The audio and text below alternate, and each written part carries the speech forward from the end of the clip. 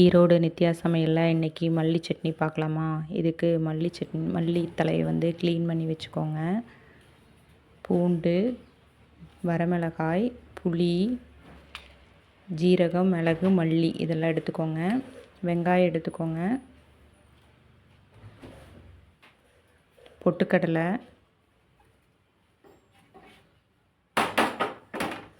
தேங்காய் இது எல்லாத்தையும் வணக்கி ஆட்ட வேண்டியது தான். அந்த ப்ராசஸை நம்ம இப்போ பார்க்க போகிறோம். ஃபஸ்ட்டு வெங்காயத்தை போட்டுக்கலாம். பெரிய வெங்காயம்னாலும் சரி, சின்ன வெங்காயம்னாலும் சரி, நீங்கள் தேவையான அளவு போட்டுக்கோங்க. நான் 2 பெரிய வெங்காய சைஸ் எடுத்துருக்கிறேன். நீங்கள் சின்ன வெங்காயம் கூட தொளிச்சு போட்டுக்கோங்க. எண்ணெய் ஊற்றி வணக்குங்க.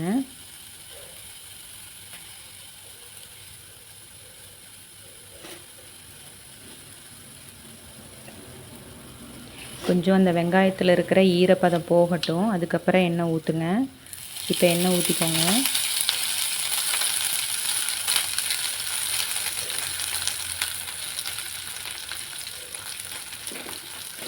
நல்லா அந்த வெங்காயம் முழுகிற அளவுக்கு எண்ணெய் ஊற்றிக்கோங்க. ஏன்னா தலையும் இதில் தான் வணக்க போகிறோம். அதனால் வந்து எண்ணெய் கொஞ்சம் சேர்த்து ஊற்றிக்கோங்க.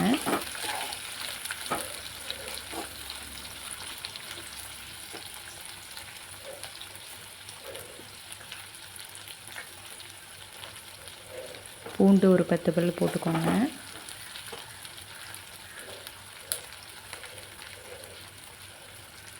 வரமிளகாய் ஒரு 4 போட்டுக்கோங்க.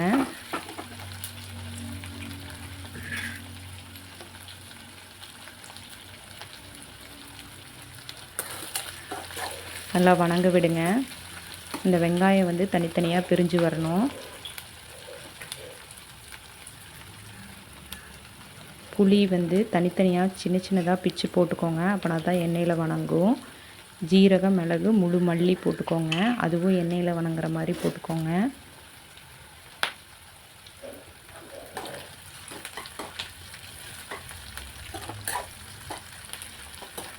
இதெல்லாம் நல்லா வணக்கி விட்டு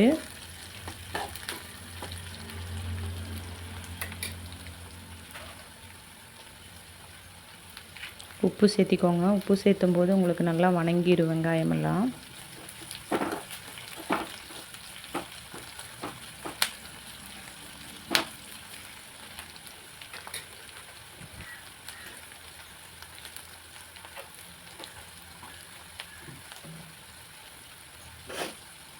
இப்போ மல்லி இலையை போட போகிறோம். நீங்கள் அதை கழுவி நல்லா அலாசி மண் இல்லாமல் எடுத்து வச்சு சேர்த்திக்கோங்க.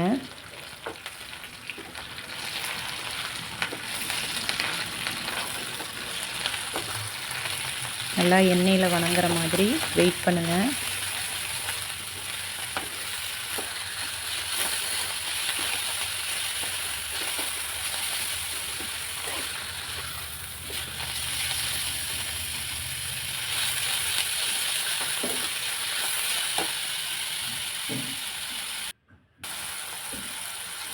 நல்லா வணங்க விட்டுருங்க.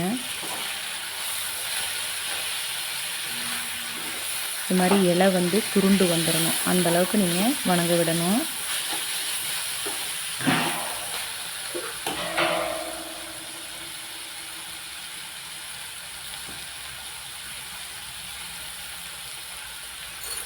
பொட்டுக்கடலை சேர்த்திக்கோங்க. தேங்காய் சேர்த்திக்கோங்க. தேங்காய் நான் ஒரு அரை மூடி சேர்த்திருக்கிற திருவி சேர்த்திக்கோங்க. எல்லாத்தையும் கிளறி விட்டு ஆற விட்டு அரைச்சிங்கன்னா அருமையான மல்லி சட்னி ரெடி. இது தோசைக்கும் நல்லாயிருக்கும், சாப்பாட்டுக்கு சூப்பராக இருக்கும். செஞ்சு பாருங்கள். நல்லா ஆற விட்டுருங்க. ஒரு 1/4 மணி நேரம் ஆற விட்டுட்டு அதுக்கப்புறம் மிக்ஸி ஜாரில் மாற்றி அரைச்சிக்கோங்க.